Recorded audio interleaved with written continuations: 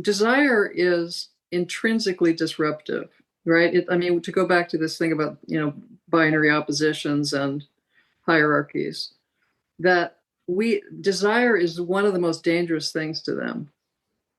And I think that fun, there's a way in which there's and the book tries to do this. There's an irreverence, and there's this fun lovingness, and there's this desire that we bring to the table, and that this intrinsically political, cultural phenomenon that we are. I think it's already there. I don't think we have to. I don't think we have to sort of. You said, how do we bring it into the mainstream in a way, right? They know that's who we are. Where do the quiet gays? Where are the quiet gays supposed to go?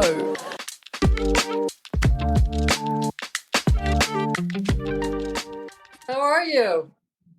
Good. How are you? Good. It's so good to have you here. We're so excited. Me too. This is so awesome. Haley, did you fix your mic? Is it better? Oh, it's better. It's a little better. Oh, it is? Yes. Did I fix it? Okay, I'm not going to touch it anymore. Okay, great. Okay. Oh, okay, great. Haley's going to start us off. Thank you so much for coming on. It is my pleasure. We loved your book. Okay, we're going to get into it. But okay, Haley's going to just do a little introduction and then we'll just hop right into some questions. Great. Okay, go for it, Haley. Well, Margaret, we're so excited you're here. And I just want to let our listeners know who you are in case they don't know. And so today on our pod, everybody, we have the amazing treat of having Margaret Vandenburg, who wrote Craze. So if you didn't already listen to our previous episode and read the book, go back and do that. Margaret completed her PhD in English and comparative literature at Columbia University and spent her academic career as a senior lecturer at Barnard College, specializing in modernism, postmodernism, and gender studies. And she is a novelist, playwright, and essayist whose books include The Homefront, a portrait of a family facing autism, Weapons of Mass Destruction, an Iraq War Requiem, and An American in Paris, a historical romp through the Sapphic salons in the Roaring Twenties. Her plays include Belly of the Beast, a finalist for the Drama League Award for Outstanding Digital Theater, and Roe v. Wade 2.0, the centerpiece of a theater-based reproductive rights coalition. She also wrote the libretto for Ada, an opera underscoring Lord Byron's influence on his daughter Ada's invention of the first computer language, first presented by the Center for Contemporary Opera. Very accomplished career, Margaret. Very, very cool. Either that or just older. Don't diminish your accomplishments, please. And now she's written Craze, and it's incredible. A really, really beautiful book, and we are really excited to talk about it. And your podcast was just so delightful, so smart, so fun. It was one of the great things that ever happened to me to listen to that podcast. Oh my gosh, thank Stop you. it. For real. And my friends were just dying. Really? Oh my God. That makes me so happy because sometimes I forget that authors will listen to what we think of their book, and we are really truthful and honest, and I'm I love English. It was my favorite subject. I mean, I'm gay, so I loved all my English teachers. But I was literally this is the most well-written book I've ever read in my life. I was telling everyone, I was like, you can't put it down. First of all, the plot obviously is incredible, and the knowledge you bring to it is so much fun.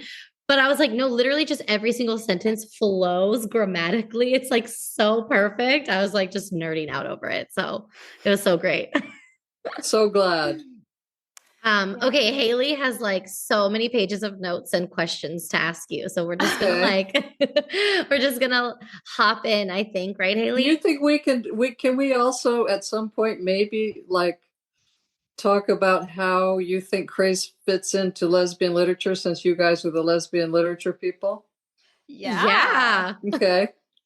Let's talk about it. Yeah. Yeah. What do you think, Lauren?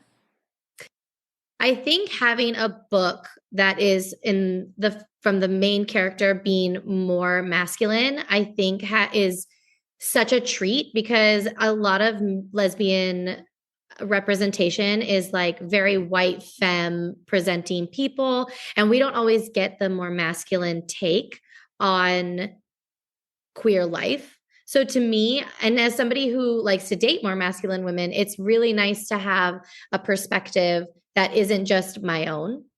So it's obviously also like being with Craze being more of a minority. We also have like drag queens in there. We have so many different perspectives that aren't the main focal lens that we normally get representation from. Like even, I mean, you can look at, Agatha all along. Okay. So Marvel's newest queer lesbian show, it's all femme lesbians, right? We don't have any more masculine. Why? Are they afraid of them? Well, you tell us. No, but don't you think it's almost like a kind of weird homophobia underneath it all? Yes. No, absolutely. That's exactly what I think it is. I think they're first of all, they're dipping their toes in. So they're going to dip their toes into something that's going to be mass appeal. And we do know that the sexualization of lesbians, especially femme lesbians, like that's what people quote unquote want to see. And when I say people, I mean men. We've come so far. It's nice to actually have representation in media, books, things like that. But I think that's another reason why I loved your book was because Henri is a masculine presenting person. And that is so nice to read. And what a beautiful story. I mean, we also covered Stone Butch Blues, which is a fantastic book. And I don't know if you listened to that episode, but I couldn't even get through it, through the book. Haley luckily did.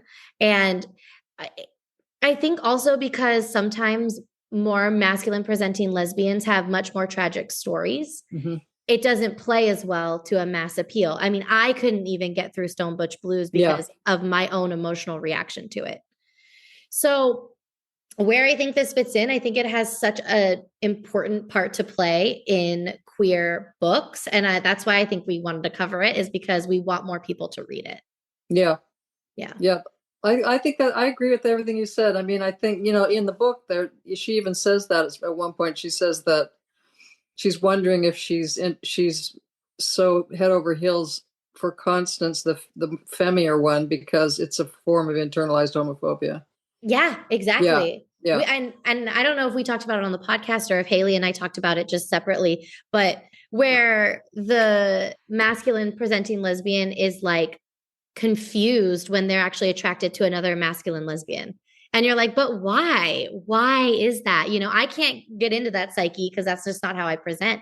But as somebody who loves masked lesbians, I'm like, I think they're the most perfect human beings. I love when you say that.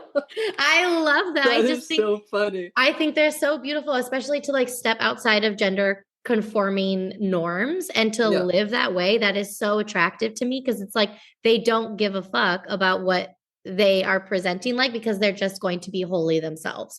Right. And how many femme lesbians exist that would like to maybe be more on the masculine spectrum, but because of their own internalized fear of it, don't want to cut their hair or something like that. I think it's all a spectrum. And again, that's why I just find it so attractive for people to present the way they truly want to.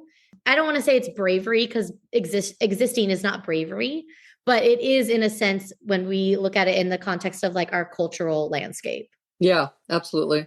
Yeah. Haley, what about you? I think, I'm glad you brought up Stone Butch Blues because I also wanted to bring up Stone Butch Blues because I think that for me, Craze sits along the same plane as Stone Butch Blues and the Telegraph Club, but it holds reality while also being a celebration at the same time. Yeah.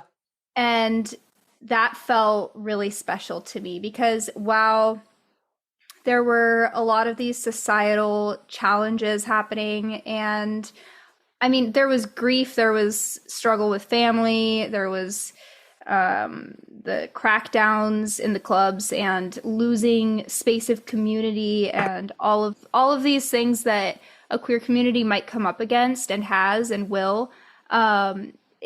At the same time, they're able to celebrate who they are And even at the end, when they are hosting their own little drag show in their room, in their apartment, like despite everything else going on in the world and the current state of affairs, it's like there's always joy. There's queer joy and celebration. And I love that about the book. And I think that that's like a really big thing that this book brings to queer literature, aside from obviously the history it brings, because also those two books taught me personally a lot about history and queer history, but they were also it was very from inside of the characters, if that makes sense.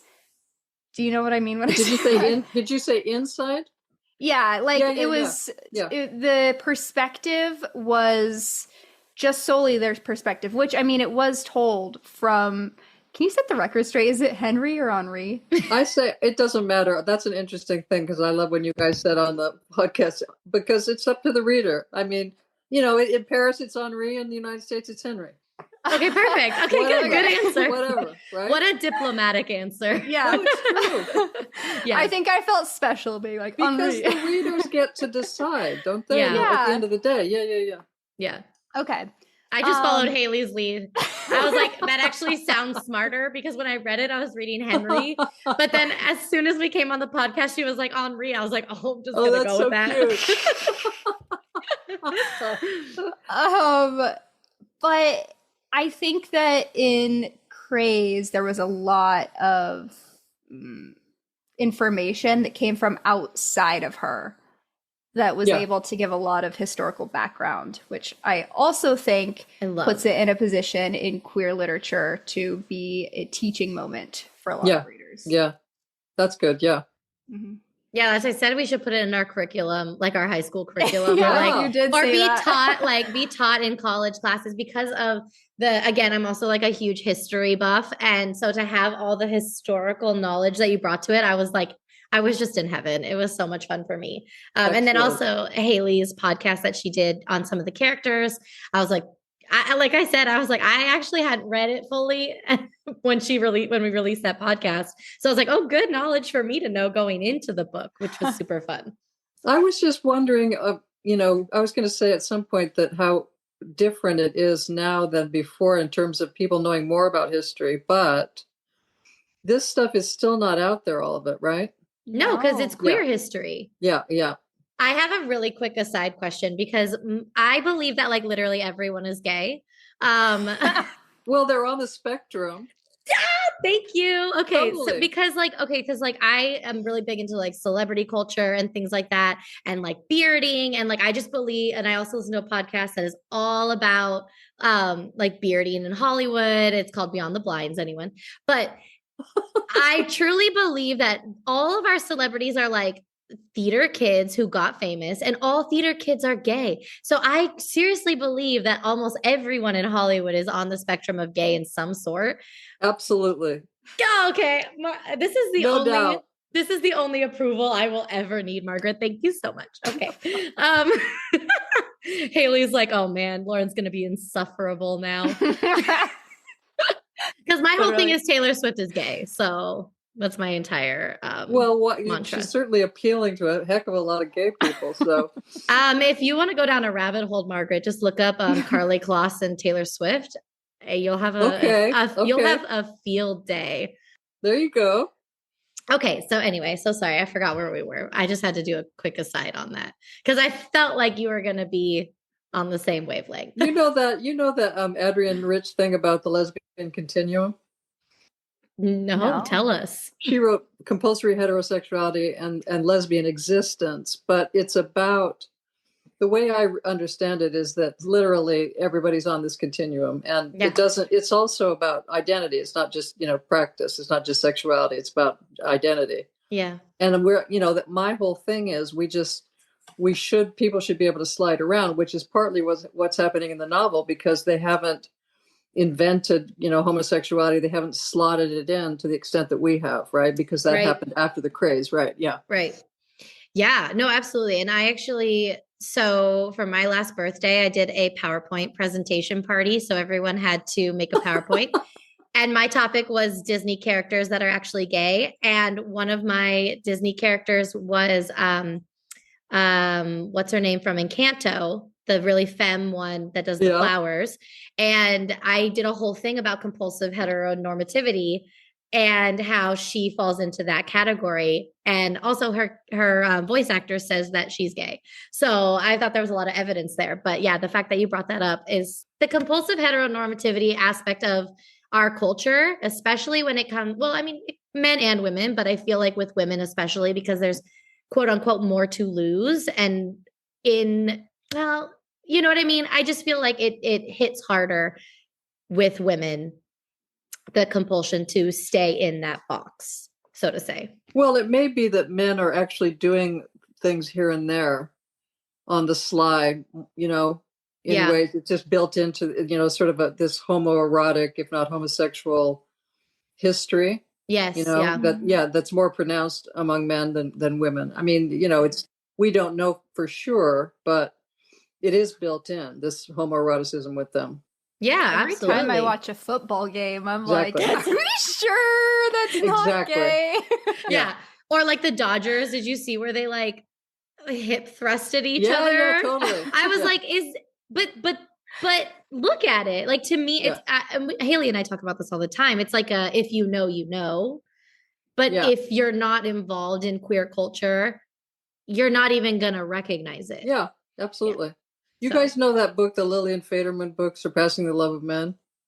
So I know of it. It's about female friendships in the 19th century. I mean, we do have that because, again, it was pre-invention of homosexuality, so they were all doing what they were doing. Mm-hmm. Nobody said anything about it. So there's a way in which we do fly under the radar. And, it's like the whole Clinton it's not sex if there's not penetration thing. Yeah, exactly. Yeah. Margaret, have you watched Gentleman Jack? Yes. Okay, that's my favorite Which show was of like all one time. of you is like obsessed with that. You? That's her. That would be me. Right, but Haley, you haven't watched it? Haley I'm taking her through it. This is the purpose of this podcast. Yeah, literally, this podcast was halfway born of me not having read almost anything queer, me not having seen almost anything. I grew up in Montana. I know that I'm from Idaho, right, Haley? Yeah, we're neighbors. Yeah. Wait, which town are you from? I am from right by Glacier Park. Which town? I took my mother up there several times. Okay. Yeah, so you know the area. Oh yeah, totally. Yeah. It's near Whitefish, isn't it? Yes. Yeah. Yes. Yeah. So I was not exposed. I grew up with zero TV. So I got a Netflix account when I went to college. And here I was when I was like 11 on YouTube going girls kissing and then going watching Finding South of Nowhere. Wait, but you're from where, Lauren? I'm from LA. That's what I thought. I mean, that's the whole thing, right? It's the bi-coastal thing, right, Haley? Yeah. Did you go to college out there, Haley? Did you go to college in the West? Where? University of Montana. I went to University of Idaho. Oh my God, this is so funny. Yeah, I was curious as soon as I saw you were from Idaho. I was like, I wonder what that was like for you. Terrible. Okay, yeah. I mean, it was so bad. It was actually awful. Oh, dang! I am. Why? Can I hear that. Can I ask why? Did you have was it because of like who you are? Like did you already have like a fully formed sense of yourself? And that was why it was awful, or like what was awful about it? Well, I'm intrinsically liberal, and so even before, and just accepting. So even before I knew I was gay, I mean, I knew when I was pretty young, but I just didn't. I felt like an alien out there. And Boise, I'm from Boise, is particularly bad because you guys might know this. In the 50s, this thing happened called the Boys of Boise, and they tracked down all these men and they hounded them out of town. They lost their jobs. They put some in the penitentiary. I mean, it was just terrible. So when I was in junior high and high school, that was still in the air. And then when I was in high school, I had my first relationship when I was 16, and the school went after us. It was just terrible. So, I mean, it was a different era, but it was also particularly bad it would be like being from Laramie, right? In Wyoming, like this Mm-hmm. particularly bad town for queer people, just Yeah. Yeah. by chance. It's like being born in the wrong place. Yeah, Yeah. that's awful. When did you leave there? Like you went to college there. So when did are you still I don't know where you are No, actually. so I'm in New York. What happened was my friend and I, this was my guy friend, and I didn't even know he was gay, and they didn't even tell me in high school, but We always find each other. yeah.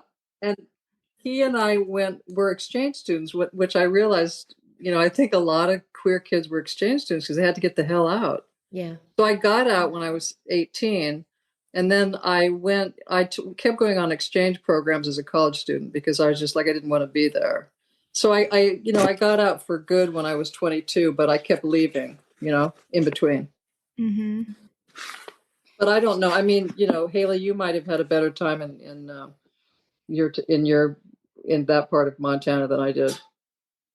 I mean, I also didn't realize I was gay until college. Yeah. But there was only one out person in my high school while I was in high school. And Yeah. I think she had a bit of a hard time. Not like that, but there was also, I mean, Whitefish, on the other hand, had like this whole, I mean, it wasn't like at queer people per se, but they had a white supremacy group that was going on Oh, yeah. in Whitefish. Yeah. Which was a whole thing. And obviously, like, if they're hateful of, one group of people, they're generally hateful. That was kind of, also in the air. But I don't know. I just feel like after 2016 is when it started to get a little dicey. But growing up, I never felt any kind of way, but I also wasn't like, aware that I was queer growing up. I don't know. I think ever since the 2016 election, though, there's been a definite shift in how things have felt. And I just feel a little less comfortable than I did before that. But Yeah. Sure. I don't know. Does it feel different now for you as an adult? Like, do you ever go back there? Not really. I mean, I would only go back to see my parents, but they passed away, so I don't. And my friend, the same guy, apropos what you just said, he and his sister, they bought a hotel in Boise, and they were having fun. He lives in San Francisco, of course, but he was in on it. But they were having fun, and then when that happened, that sort of time period, they actually sold the hotel because Mm. the town changed. It reverted back so much, Boise, to what it was before, because Boise was starting to be kind of like hipstery. Yeah. Mm-hmm. And then when that happened, the whole 2016, it started reverting back to more like it was when we grew up. And they sold the hotel because they're like, I don't want to deal with this anymore. Wow. Which is so interesting because Boise is a college town, and usually college Yeah. towns are a little more liberal. Mm-hmm. Yeah. Yeah, but the mass impact of giving people the green light to be hateful, it's already there inside of them, but they're being, and I'm not going to knock politeness because please keep it inside of you. But the fact that people were just able to rip that mask off, and it's going to turn the clock back a lot quicker. And so, and again, a lot of college students, they're some of the smartest people, but they also have no lived experience. They don't know. They've only been taught what their parents have taught them. And if their hatefulness is going to give them power, then they're going to step into it. Right. Yeah. Yeah. And the geographies revert to their roots. I mean, Idaho is one of the worst states in the union with reference to all this stuff, right? Everybody knows that. Yeah. Yeah. Mm-hmm. Yeah. Oof. Yeah. Okay. Well, This is all relevant to the book, though, we know. So we're gonna need yeah. it. Yeah. Oh, absolutely. Yeah. Go ahead, Haley. Well, so I wanted to know what inspired you to write Craze and I know that you write, because you have it on your website, you write about what feels relevant to the time. And so I'm curious to hear from you. What was inspiring to you about Henri's story and Craze? Right. So that's where this stuff comes in, because you guys know that I wrote the prequel.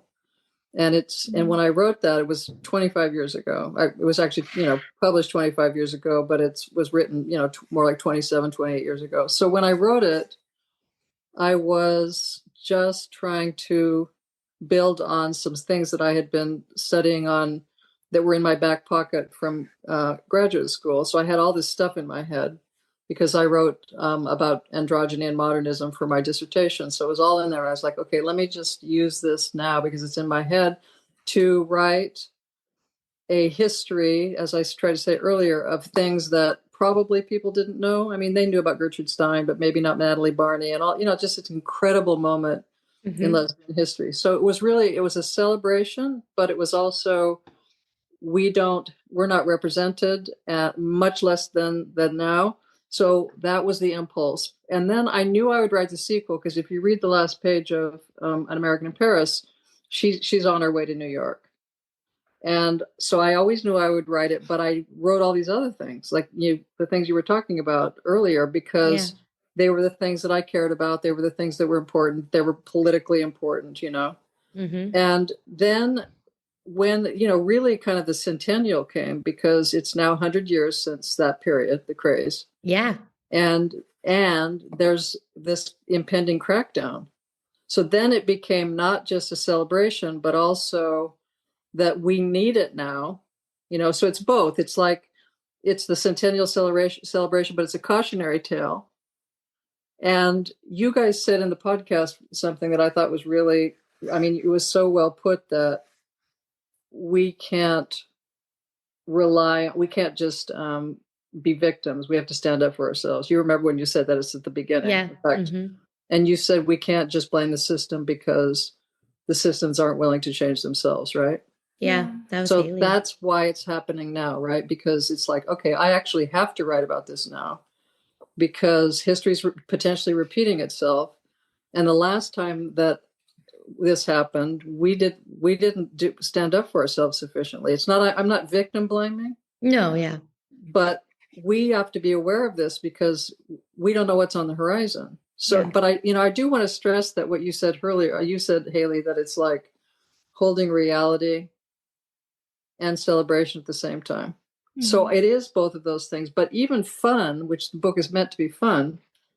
The last word of the book is fun, the word fun, but fun and desire and these things are political. They are disruptive, and they push back on these jerks that are, trying to breathing down our necks. Yeah.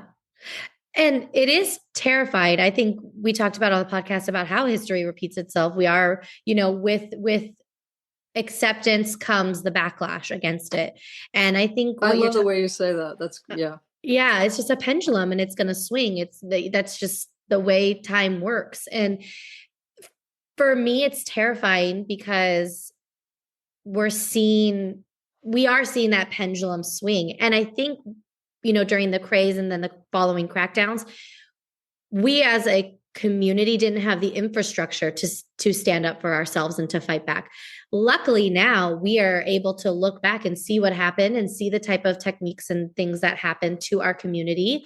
And at least now we have a lot more, I feel like, infrastructure and leaders within our community who are going to stand up and who are going to be able to mobilize. We have grassroots communities. We have all these different things that hopefully the election is Tuesday.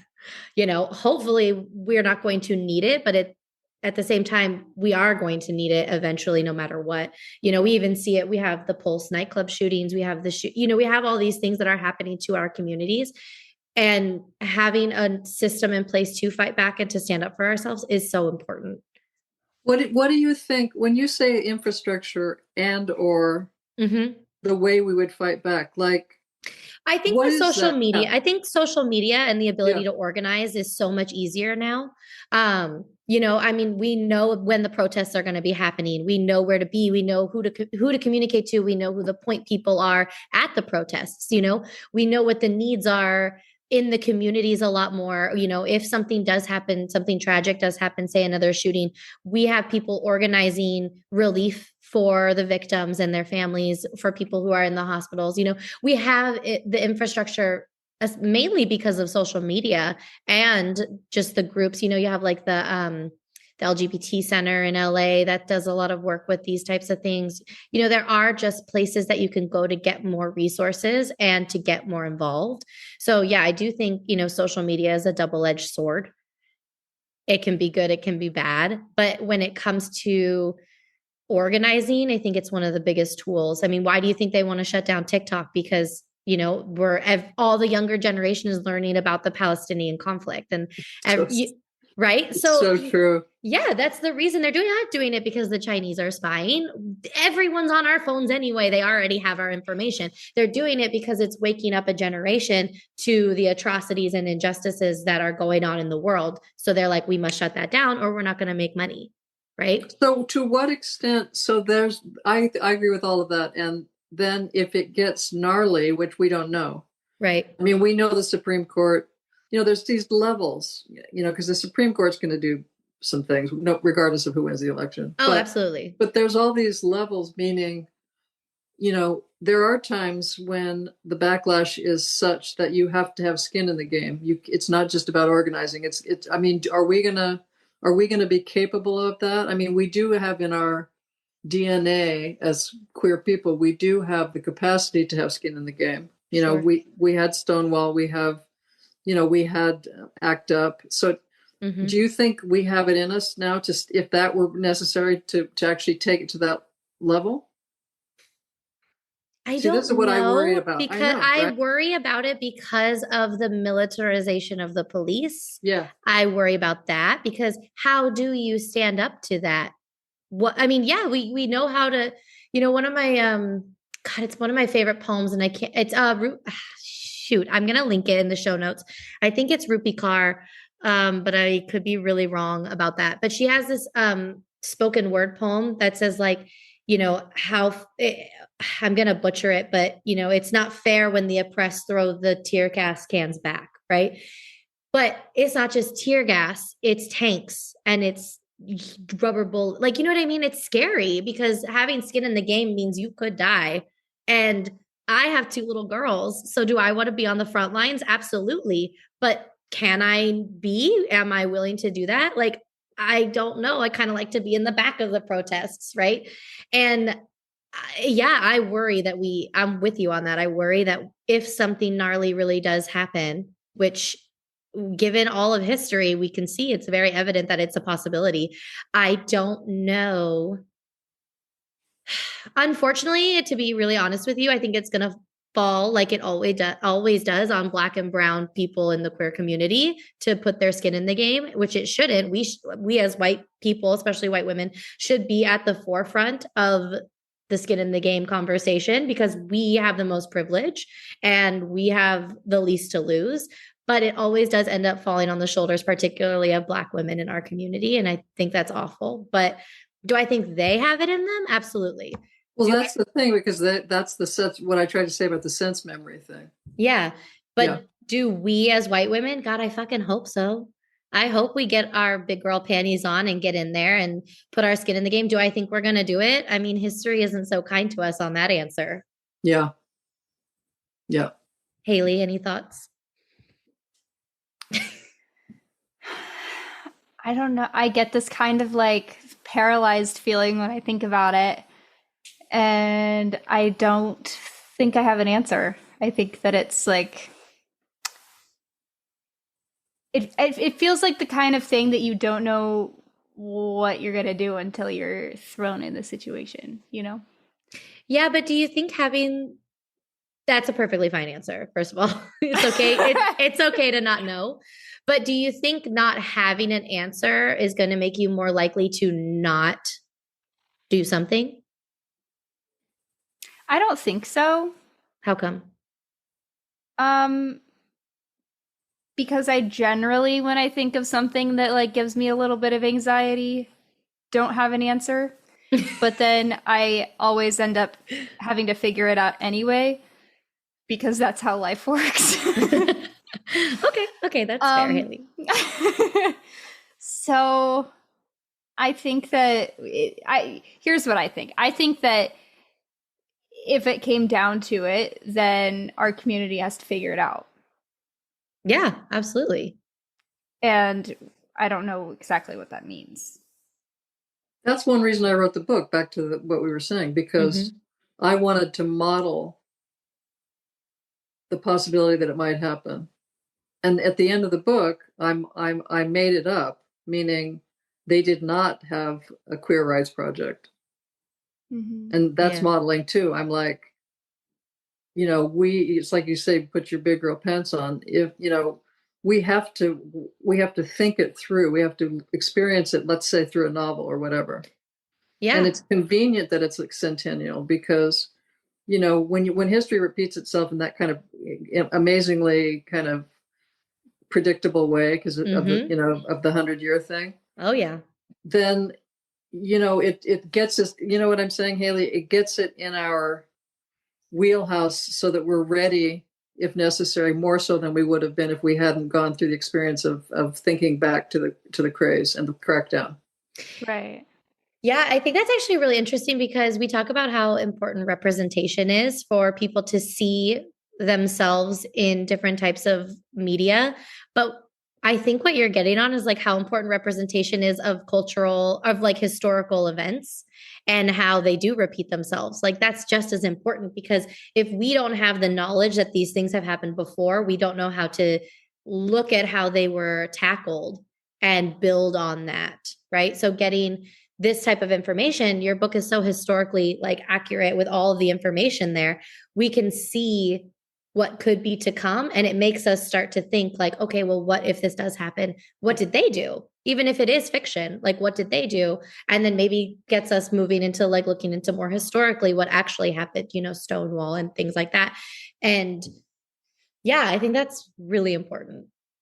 Right. And here it was 40 years. We again, not victim blaming. And then in Europe, it was gas chambers. I mean, Gertrude Stein and Virginia Woolf, they're very cognizant of this in the 30s already, way Yeah. before people pretended they knew or didn't know. Right. And Woolf said that basically androgyny was the antidote to fascism. She literally used the word fascism. And Yeah. Gertrude Stein says, there's too much fathering going on, Father Mussolini, Father Hitler.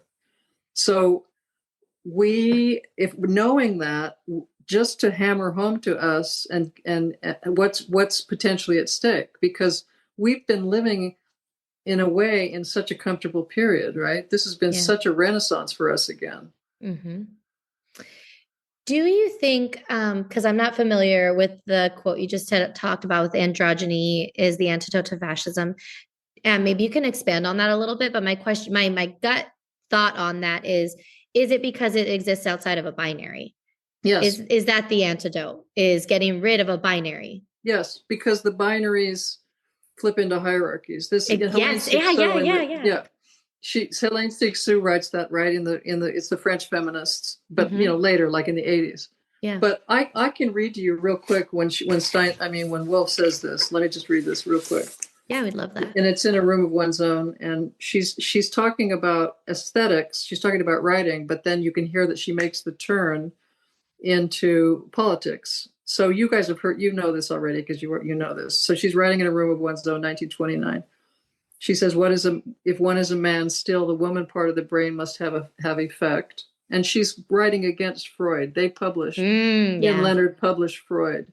And Jung, who's kind of worked with Freud for a while, but then Yep. Mm-hmm. broke with him, he had a much more bisexual, he called it bisexual, but a much more androgynous understanding. So she's talking and she's in conversation with them, and this is more Jungian. So then she says, I continue, and a woman also must have intercourse with the man in her. The normal and comfortable state of being is when the two live in harmony together, spiritually cooperating. Coleridge perhaps meant this when he said the great mind is androgynous. It is when this fusion takes place that the mind is fully fertilized and uses all its faculties. Perhaps a mind that is purely masculine cannot create any more than a mind that is purely feminine. Then she gets into the politics. I began to envisage an age of pure, of self-assertive virility. And now she's being ironic. And whatever the value of unmitigated masculinity upon the state, one may question the effect of it upon the art of poetry. Poetry ought to have a mother as well as a father. The fascist poem, one may fear, will be a horrid little abortion, such as one sees in a glass jar in the museum of some county town. Mm.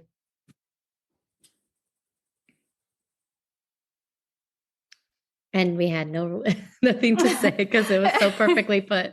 No, and then she writes, Orlando is, this fantasy of this androgynous character moving through time. And, Yeah. they took it very seriously. I mean, they really understood the politics of what you said, which is we're now non-binary. We don't say androgynous, but. Right. Yeah. Yeah. Wow. But it's exactly what you said. I mean, they are so wedded to this male, female, black, white, culture, nature, and it's all incredibly dangerous. And that's their thing. Yeah, I agree. I think black and white thinking is incredibly dangerous. I mean, we can see it now, like in the polarization of our political world. And I can see it in like my own personal life. I think I've talked about it many times on the podcast, how much of a black and white thinker I am. And I talk about it as like being a Capricorn because we like astrology on this. Right. And a Capricorn is like the father.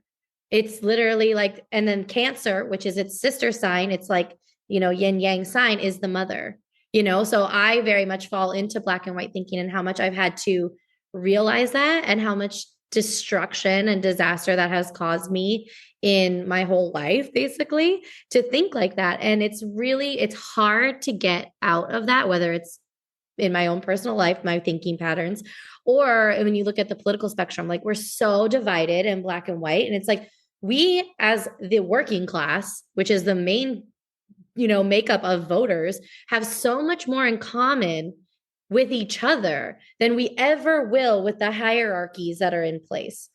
But the fact that this hierarchical structure has been able to so divide us, it keeps them in power. And it's just a nightmare. Well, that's one of their strategies, right? That's literally on purpose. Yeah. I talk about sometimes how much of a nightmare it is to be self-aware and to be aware of all this like historical context of where we are in time. And, and then you put on top of that, like time is a construct and you're just like, I don't know what to do with myself. I might as well just be a nihilist. But it's hard to be that self-aware because you can see why people are sitting in the camps they're sitting in and where it's coming from. But then you're also like, but if you could just see how you got there and why you're there, we could all come in and we could all just be. And I'm not like, somebody who's like, oh, it's going to be great. I'm like so far left. I'm like an anarchist, I'm like, bring back the guillotine. But it's frustrating to live in a time such as this and, be aware of the existing constructs that are the left feeds into it half the time. Absolutely. You're not doing that because it's like, don't vilify these people. They're people. Stop it. Right. And, the whole, like, Texas being red and everything. It's like, no, they're just gerrymandered. Like there's so many people there that want good. And I'm not saying wanting good equates to being blue. I'm just saying like, people are just, it's a whole shit show. By the way, I'm a Sagittarius, which means I'm constitutionally not binary. Yeah, my daughter's a Sagittarius. Yeah. Sagittariuses are the hardest sign for me. That's right. They're so just open to the world. And like, I kind of talk about them as like, if reincarnation is true, it's like their first time. It's like their first time on the earth. And I'm just like, right. But I love them. I love the freedom that they have. I love the fire that they have. I love their just love for life. It's actually kind of funny because Sagittarius is like the 9th sign, I believe. So in the order of the zodiac, they're actually pretty far along. Absolutely. Which in my head, I thought you were getting me confused with an Aries for a minute there. No. You're actually Aries are also hard for me. Like, right? Any fire sign is hard for me, and I have a Sagittarius and a Leo as children. That's right. So I'm learning a lot. That's why I can't do. Haley? I'm a Taurus. My brother's a Taurus.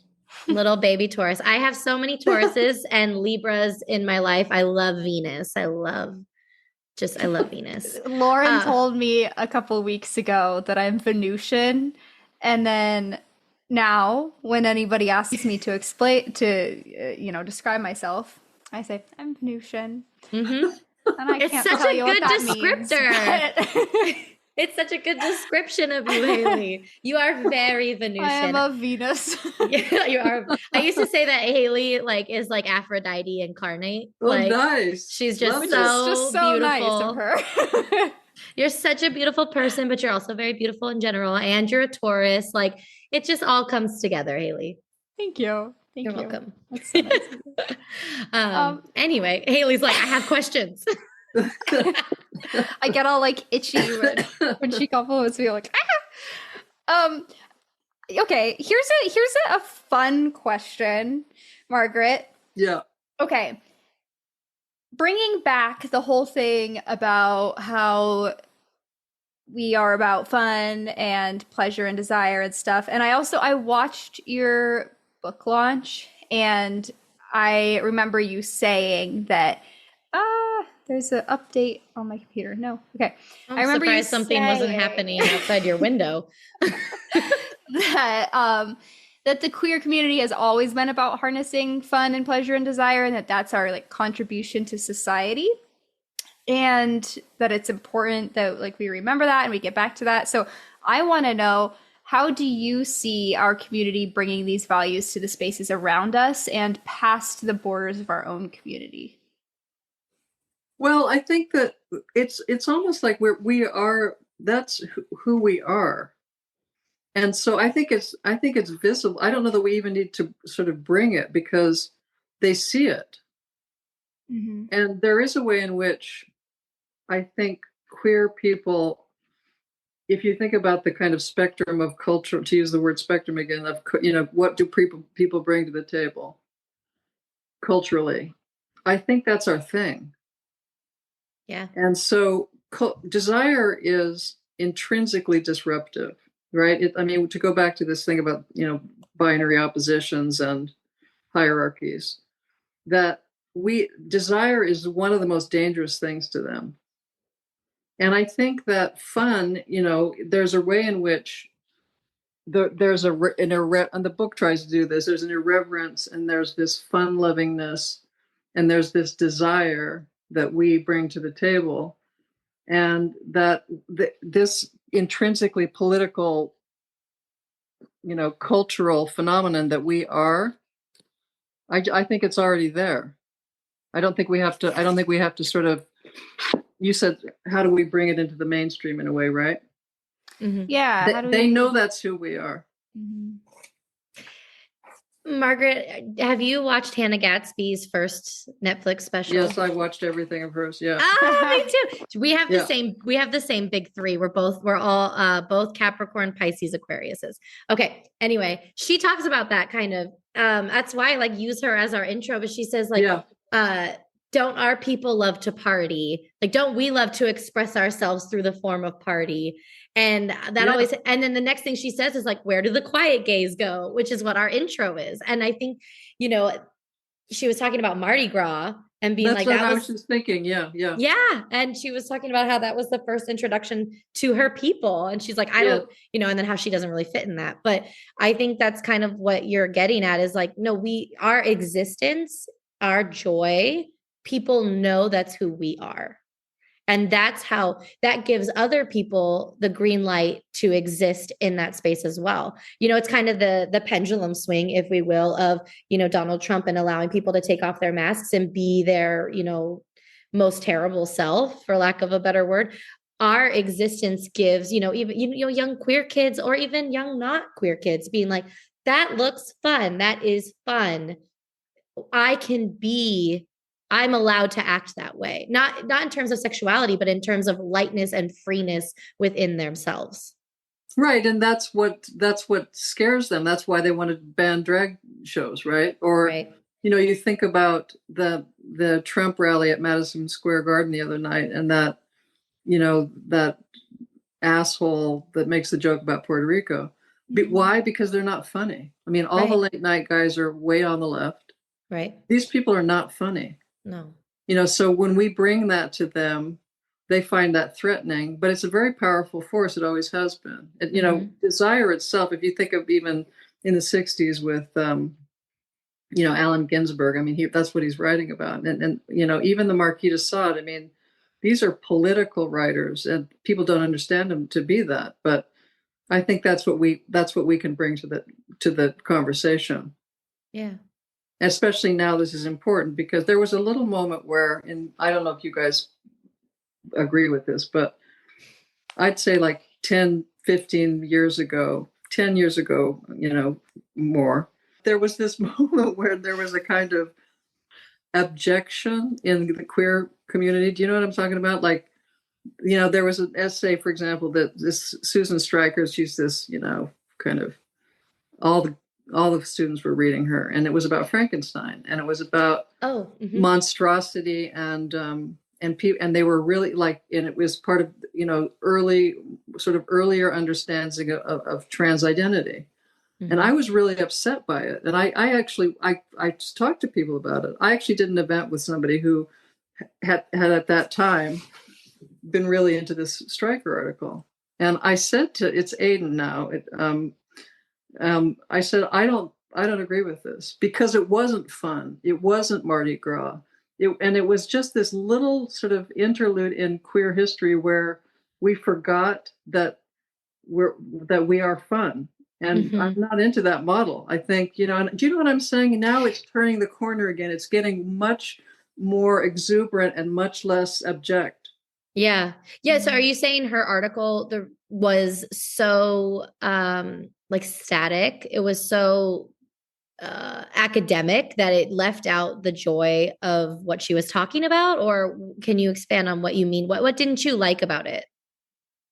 So Frankenstein was being seen as this intermediate, monster, but being scapegoated as a monster because there's nothing wrong with the creatures. People who project this problem onto them, right? But then they were, this was a kind of almost a badge of honor that there was this period where people were experiencing these call them identity challenges, right? Mm-hmm. But they were leaning into it instead of being like, fuck you. Yeah. Or, just being like, or making a joke like a drag queen would. Yeah. Like, and that's fine. People can do whatever they want to. But I thought that it was counter to what you guys were just saying about the Hannah Gatsby thing, that I thought it was counter to the way that we historically have dealt with our marginalizations. We're funny bastards, right? And we bring desire to the table. We've never leaned into our marginalization. That's the way I feel about it. And it was a moment where people were doing that. And I was like, nah. Right. Because how do you keep rising if you make your entire identity your struggle and the way that other people are treating you poorly? Exactly. Yeah. You can't. Yeah. Okay. Some people do that, but that's not our thing. Right. Okay. I, Margaret, am really, really dying to know about how you write character. Oh, yeah. Haley is nonstop talking about this. I haven't stopped talking about it. I've been actually on the edge of my seat about this. Because Haley's a writer. Like, she likes to write her own stuff. Are you writing fiction? I'm writing screenplays right now. Good. So yeah. Me too. I love that. Yeah, and you're a master of it. Like here's what I think is that it would have, like, all you need was the one little first paragraph that you had, and then it just kept going, and it was like even more, and it kept getting better and better and better. Like, you packed every single part of the character so efficiently and beautifully at the same time. And I want to know how you do it. So if you say there's that little character thing at the beginning, like this little thumbnail, right? Yeah, like when you first introduce a character, you have generally, what I noticed is you had a little paragraph when you first introduced them, and you kind of did a little thing about who they are. And every single time, it only took me one paragraph of reading to have this beautiful image of who they are already. And then everything after that was like filling in every single little detail that just like made it more dimensional. And it is so rare that I read a book that I'm not like grasping at straws trying to fill in who a character is and there is some mystery to me. And that's not what this was at all. And it was consistently, every single character was so rounded out immediately and beautifully. Like really well done. Very, very, very well done. Yeah, and I just want you to talk about it. She's like, how did you do that? So I think, Zola, he wrote naturalism, which is, a kind of realism, I guess, but he said that and naturalism is like trying to be very, there's all these, it's kind of hyperbolic in a way, but it's hyper realism in the historical moment. So he said that what you do is you take a character and you throw them into a test tube and you see what happens.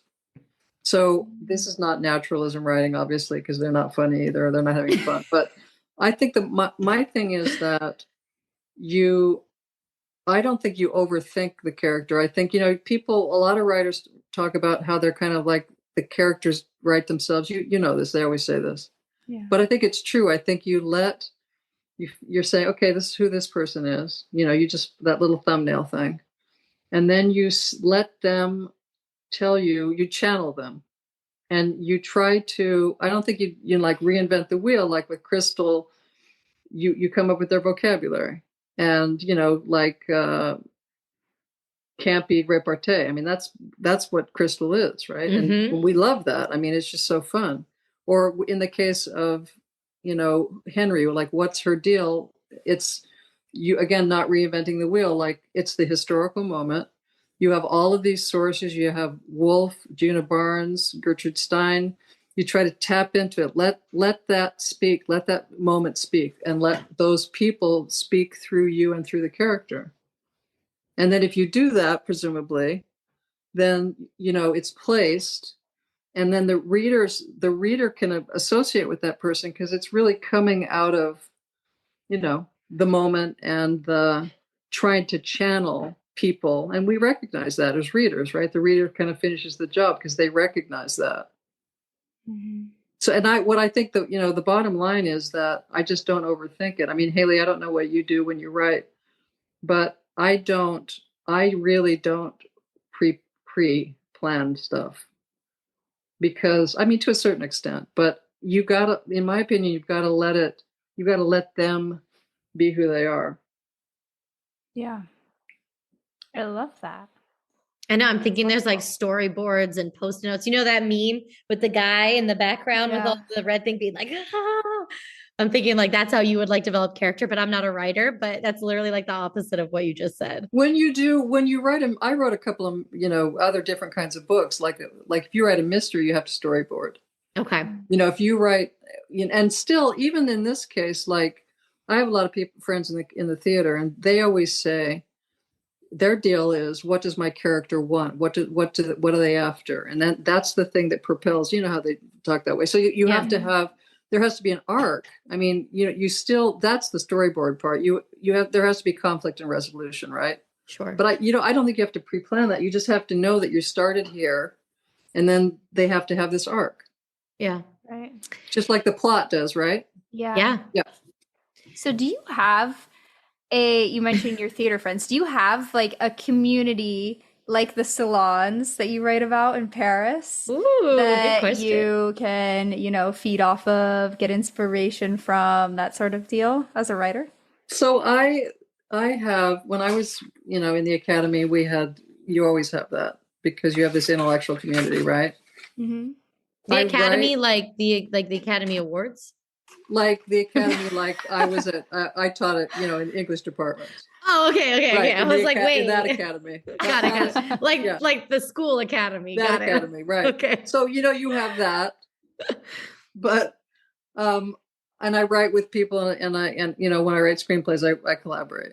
I have all these theater friends. I think there's all of those communities, right? But in terms of writing like fiction writing, it's more like a meditation. It's more a practice.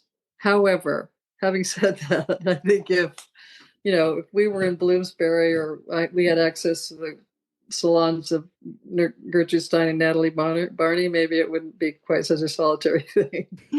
True. Maybe then I would have that. Yeah.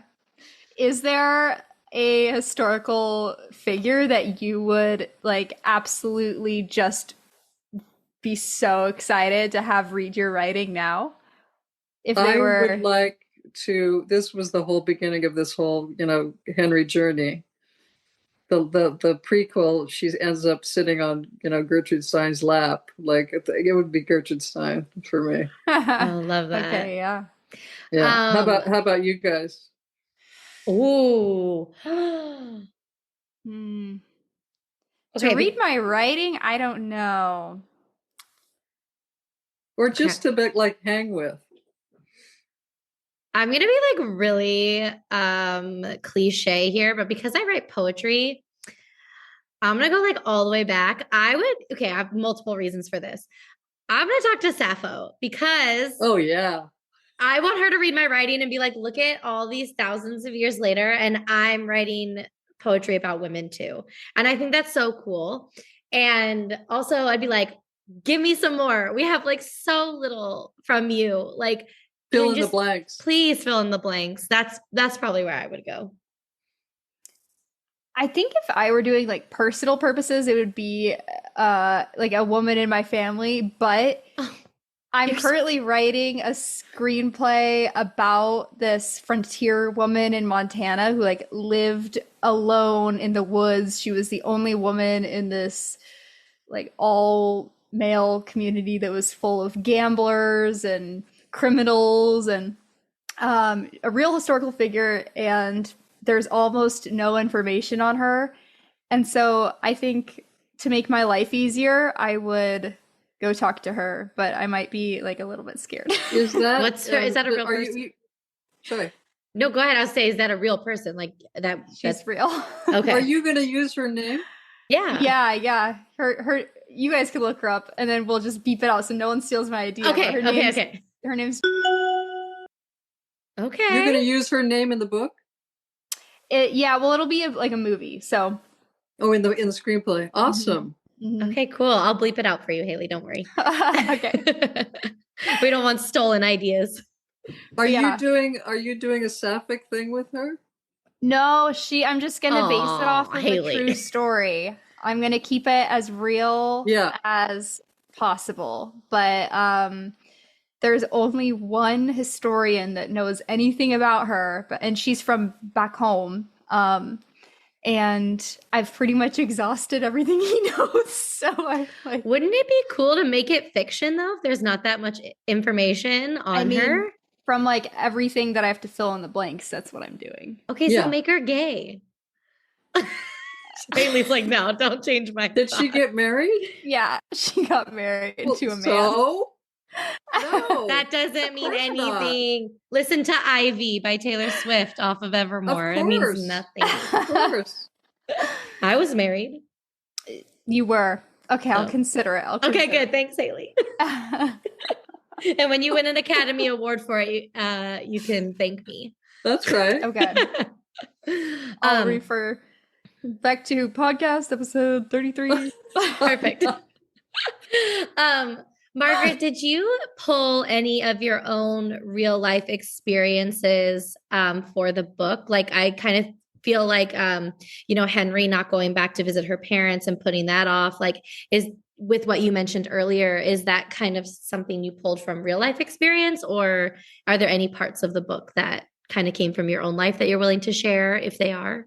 So I always thought I was allergic to autobiography, but then I realized everything is autobiographical. Yes. But I think to use the word channel again, I think I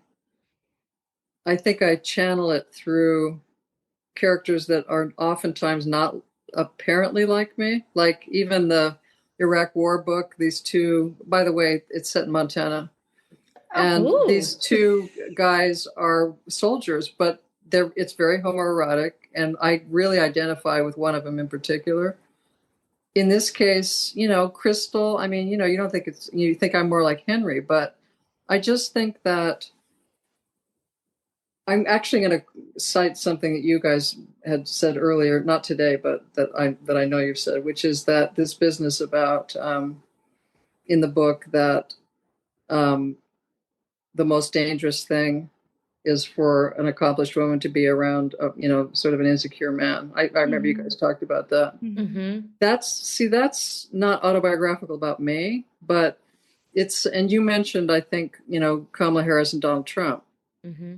So it's less about writing directly autobiographically about me, but it's still autobiographical because it's about the way that women experience the world and the way that we all are recognizing experiences that she has having. I mean, this is what this election is about. Yeah. And so that's autobiographical as a woman, Mm-hmm. even though it's Kamala Harris and Donald Trump, right? Right. Yeah. Oh, I love that. Autobiographical as a woman. Because I just talked to somebody about using the term female versus woman, but the female experience, or the woman's experience, it's so universal. And Yeah. so even if you haven't directly experienced something, you can still understand it just because you simply are a woman. And that's so poignant. That's so true. Yeah, and you want to, I would like to talk more about that, but just to just use another example, that it's slant. Emily Dickinson, so tell all the truth, but tell it slant. Yeah. That the father, I was very close to my mother, and I had a real problem with my father. And yet the nice parent is the father in the book. But right. I'm trying to repair something. And that's autobiographical, even though it looks exactly not autobiographical. Yeah. Yeah. Yeah.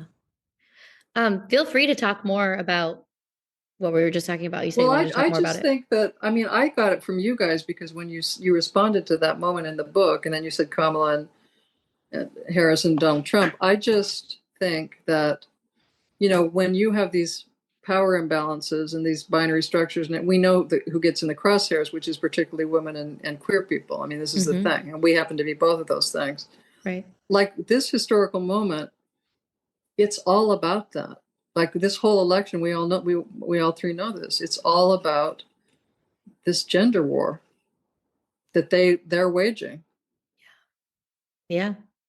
And on that note, I was just thinking about this too the other day for whatever reason, and maybe this is really off topic, but all of the trans hate, particularly for trans women, it is going to inadvertently affect women, cis women, right? Like we saw it in the Olympics and I'm talking about the gender wars, kind of where I was going with this, but saw the Olympics with the boxer, and how she got caught in the crosshairs because they're like, oh, she's trans. And she's like, I'm literally not. And none of you have an understanding of biology that is in any way comparable to understand the nuances of this decided topic. But the amount of hate she got as basically a cis woman, right?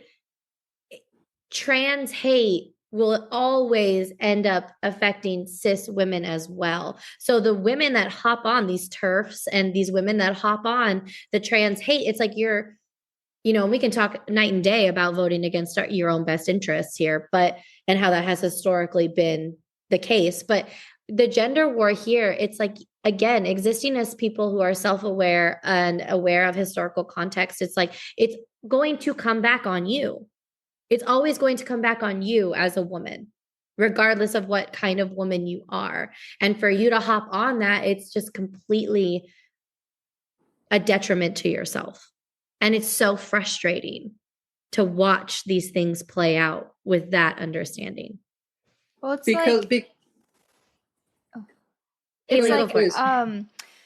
Abby Wambach, Glennon Doyle, and Amanda Doyle. I don't know if you listen to their podcast at all, but it's We Can Do Hard Things. And they have a lot of wonderful guests on there. And on one of their episodes, they were talking about how there's no such thing as one-way liberation.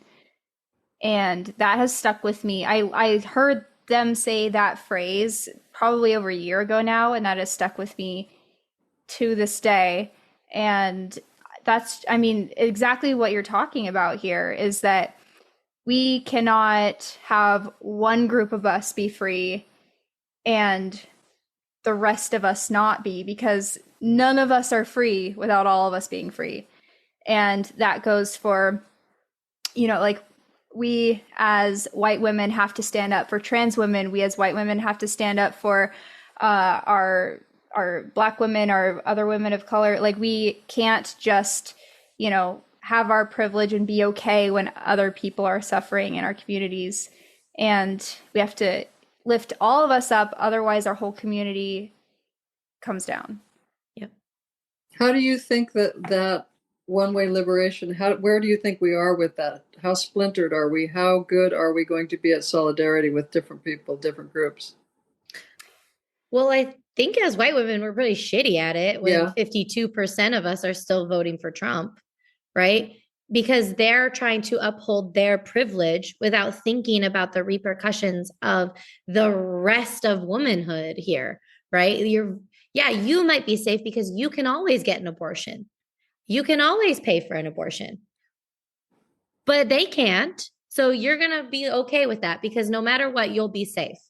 That is no way to exist within community. And this always gets to me is, the whole idea of white supremacy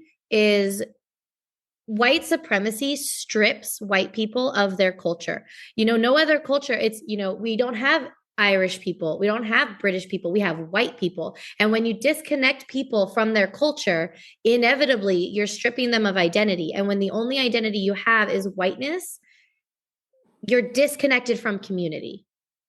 And when you're disconnected from community, you're cut off from caring about other people. And white women, I always come back to Michelle Wolf. I love her stand-up. And she talks about— I do too. She's amazing. Amazing. Incredible. And she talks about white women like, oh, it must be so hard in your air-conditioned depression. And it's like, that's exactly true, is because we've never experienced the type of oppression that our fellow women have, women of color have experienced. So when we're like, oh, it's not that bad, it's like, yeah, because you're soaked in privilege. Yeah. So to your question, I think we suck at it. I think our splinterhood is so splintered. And the fact that, white women have the power, even though we are a minority, the power is what's important. And when you connect, we're always, we like to stay close to power, which in this case is white men. So we vote with them thinking that they're going to protect us when they're not going to. They're never going to. They're going to protect their power.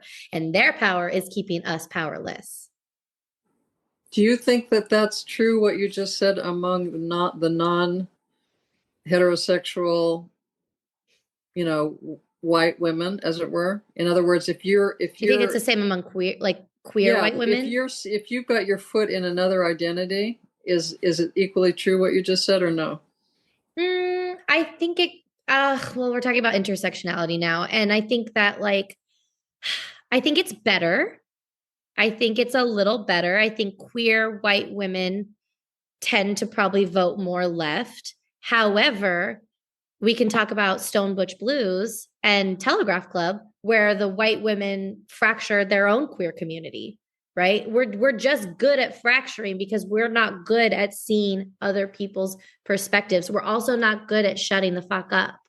That was one thing when I started learning about white privilege, that I was on Facebook learning about it. And I just saw all these white women getting ripped to shred in the comments, and all these Black women being like, just stop talking. Could you just listen to us? Could you just not interject and listen to our experiences? So I never commented on shit. I was literally for 2 years, I'm reading these posts and trying to educate myself, not commenting on anything. And it finally fucking clicked. At one point, I had some of the same concerns as a white woman from privilege trying to unpack that, being like, nah, not me, right? But it's not about you. Also, if something is said about white women and it doesn't pertain to you, that's okay. Then it's not about you. So do I think queer white women are more intersectional? Yes. Do I think we're still in the baby sets of learning about it? Yes. Do I think that comes with a whole host of problems? Absolutely. I think we know everything when we literally know nothing, because we've never been on the forefront of fighting for our rights and fighting for oppression the way Black women and other women of color have been. And to step in and say, we should lead this is just soaked in privilege again. And we need to be listening to those that have been doing it for decades and just shut our mouths, honestly. I think when you talked earlier about how you didn't think white women would step up, I mean, I think there's another side of this, which is, we've been in this identity politics place for a long time. Mm-hmm. Everything that you said, I agree with. And then there's this flip side, which is that if the shit hits the fan, we have to be able to,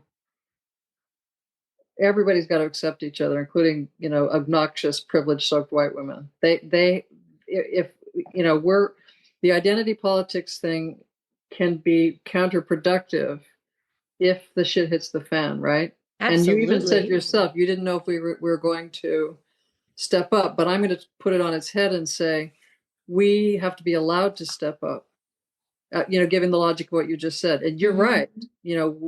We are privilege soaked, but, everybody's got to sort of, if it gets bad, everybody's got to be able to let everybody contribute regardless of these obnoxious, right, histories. Yeah. Yeah. Yeah, absolutely. And I think that as white women, we're given the most grace to step up. I think we're constantly allowed to. I just think sometimes we're really good at failing it. And I hope if shit does hit the fan, I hope we're still given the opportunity to step up, because I don't know if I would give us the chance given our past, right? I saw a bunch of people putting their I voted stickers on Susan B. Anthony's gravestone. And somebody was like, I think it was a Black woman that pointed out, being like, you really think Susan B. Anthony would want you guys voting for a Black woman? That's right. You know what I mean? And it's the things that we just don't know. She was so racist. So that's the thing. We put our foot in our mouths all the time, because it was a bunch of white women putting it on her, being like, oh, yeah, and we just put our fucking foots in our mouths because we don't shut up long enough to listen or to learn. So anyway, I forgot the main question. I do tend to ramble. I'm so sorry. I am a yapper at heart. Haley's is the one that has to keep everybody on track. Normally, yeah. Right? I'm the secretary of the Lesbian Book Club podcast. She really is the Haley. Yeah. Haley comes with all the notes, and I just need a badge. I'm gonna get you one. We love badges on this podcast. There you go. Yeah. Oh my gosh.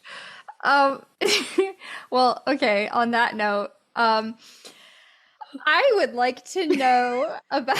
Well, also, hold on, Margaret, how much time do you have? Because whatever. This is great. Good. Okay, great. As yappers, we could go for a while. Yeah. I would like to know specifically about the bad bosses in this book, which are Cummings and Dickey. Yeah. And was that a fun little jokey joke by you to give them these names? Clearly, because of what you guys said in the podcast. I am Cummings. That's so funny. That's so funny. It's gotta be. Had to be intentional. Yeah. Okay, thank God. Yeah. Because we're funny people. Remember, we're funny That's people. Right. No, but I think I always try to be intentional about names, but usually it's not so over the top. I loved it. But I was trying to signal that, there is a way in which the book it's engaged with not serious stuff, but we're interrogating gender identity, we're interrogating sexuality. But I again, to use the theater, when you go to the theater and at the beginning of a play, people don't know what the tone is. Uh-huh. So you got to give them show them. And so those names are over the top in a way to say, okay, this is also almost burlesque. This is just nutty, wacky. Yeah. And, that wackiness is a strategy. It's disruptive again. Yeah. Right. It makes you remember where you are. Yeah. And what context we're writing in and how much queer joy is supposed to be a part of it. Yeah. Exactly. It was so good. Oh my God. I love the theater. I just love it. I go to the Pantages as often as I can. Oh, I love it. Yeah, me too. Yeah, it made me giggle. I liked it.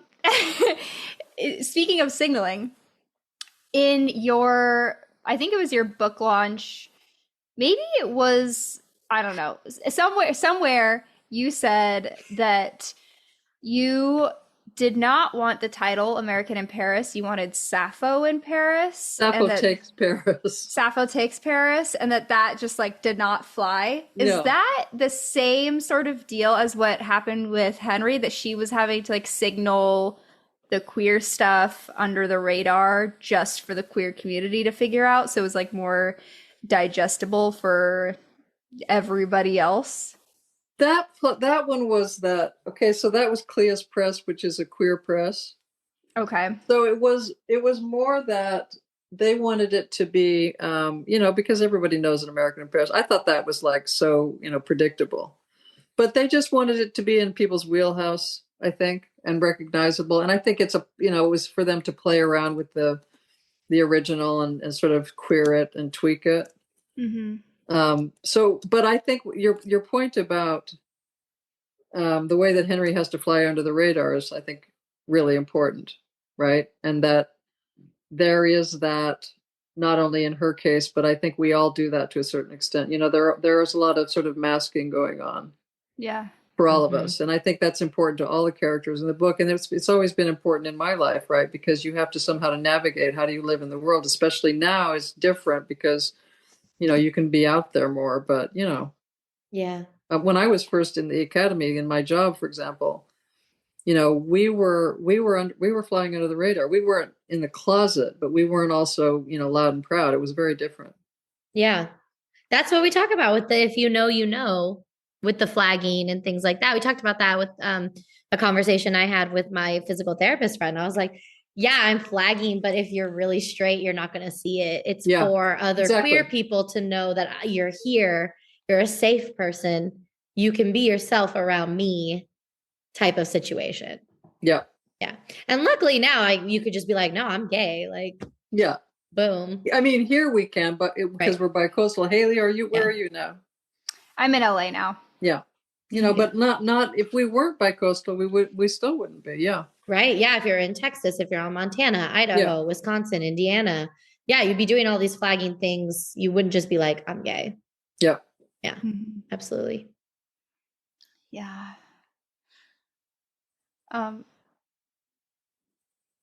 Helios is scrolling my little notes. I know exactly what you're doing.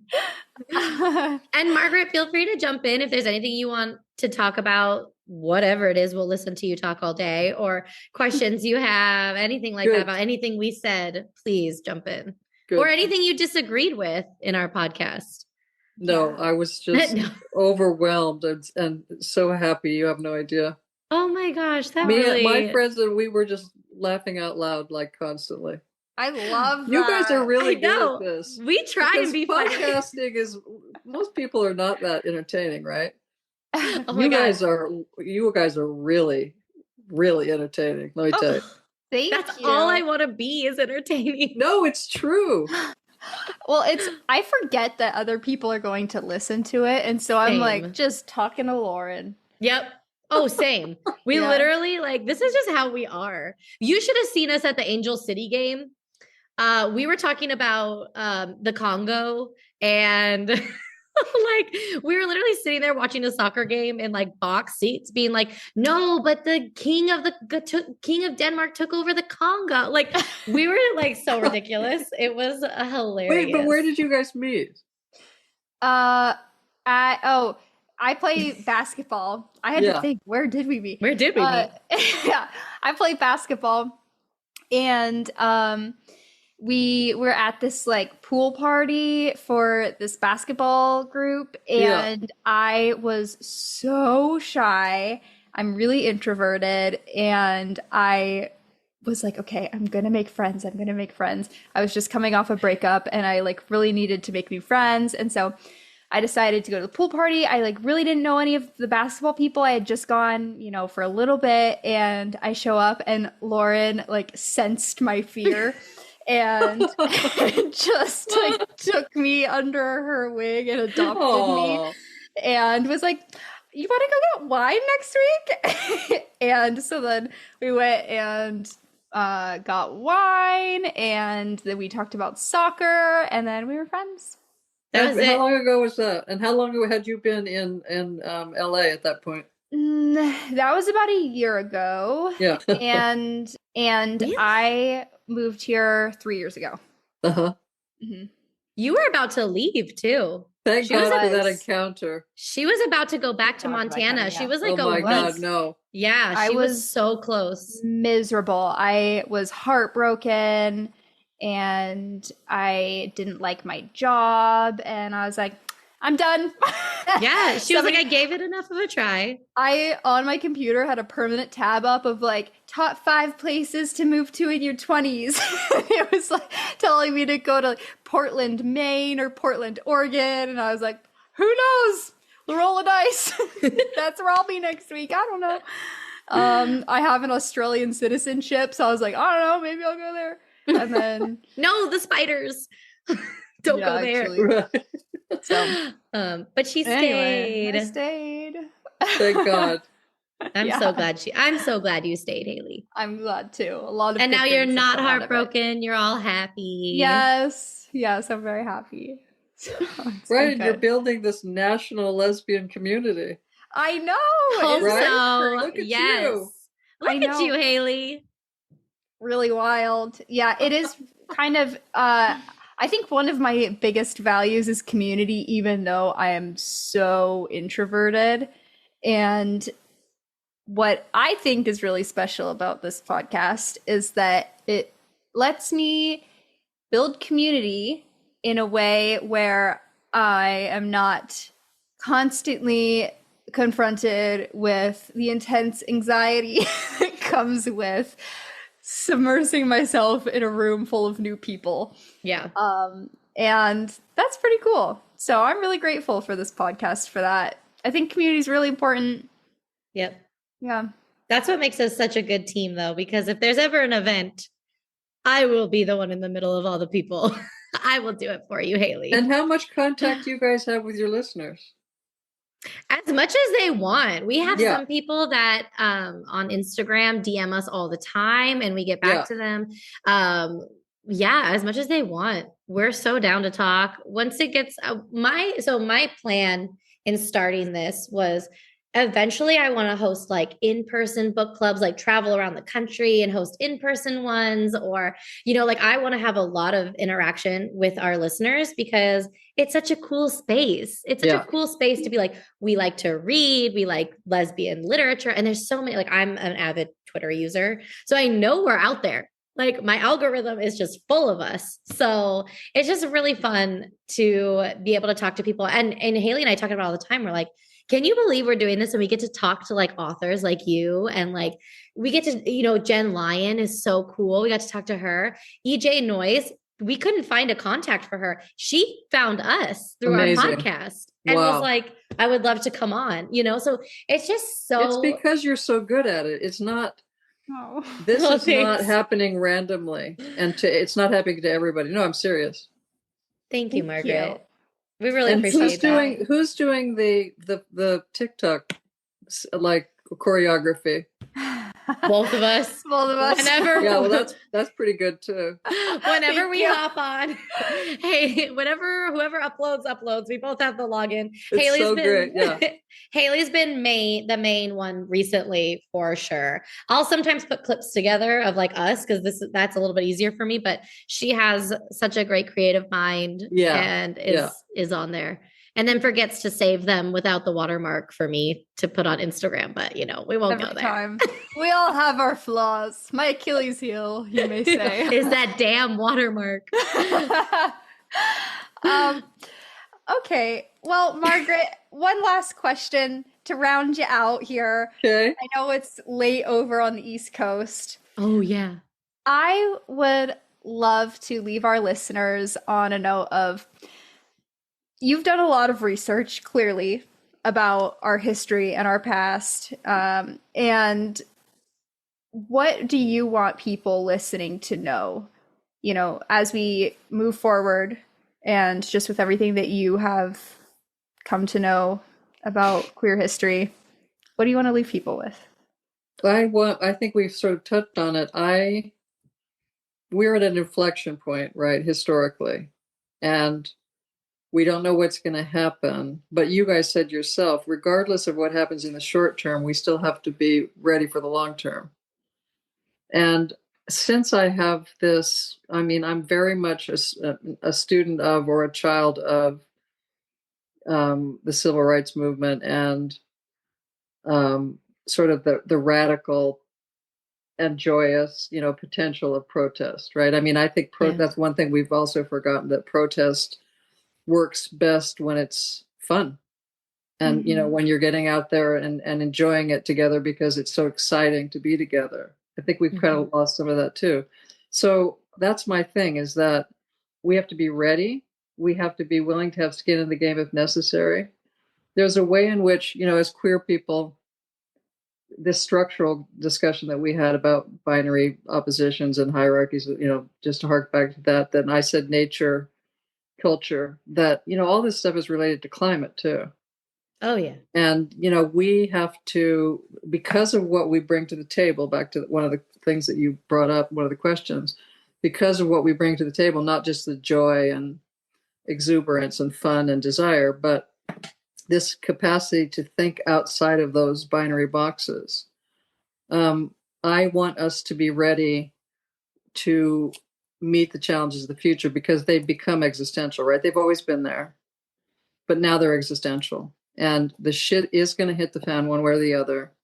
And I want people to be ready, and I want them to be optimistic.